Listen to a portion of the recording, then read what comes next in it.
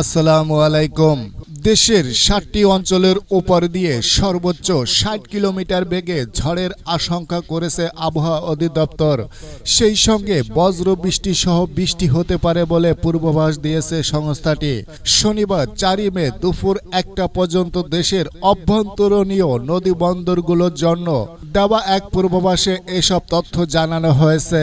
আবহাওয়াবিদ মোহাম্মদ ওমর ফারুকের সই করা বিজ্ঞপ্তিতে বলা হয়েছে, ময়মনসিংহ, কুমিল্লা, বরিশাল, নোয়াখালী, চট্টগ্রাম, কক্সবাজার ও সিলেটের অঞ্চলের ওপর দিয়ে পশ্চিম অথবা উত্তর পশ্চিম দিক থেকে ঘন্টায় ৪৫ থেকে ৬০ কিলোমিটার বেগে অস্থায়ীভাবে দমকা অথবা ঝোড়ো হাওয়া বয়ে যেতে পারে। এ সময় বৃষ্টি অথবা বজ্র বৃষ্টি হতে পারে। এসব এলাকার নদী বন্দরগুলোকে ১ নম্বর সতর্ক সংকেত দেখাতে বলা হয়েছে। পরবর্তী আপডেট খবর পাওয়ার জন্য সঙ্গে থাকুন। আল্লাহ হাফেজ।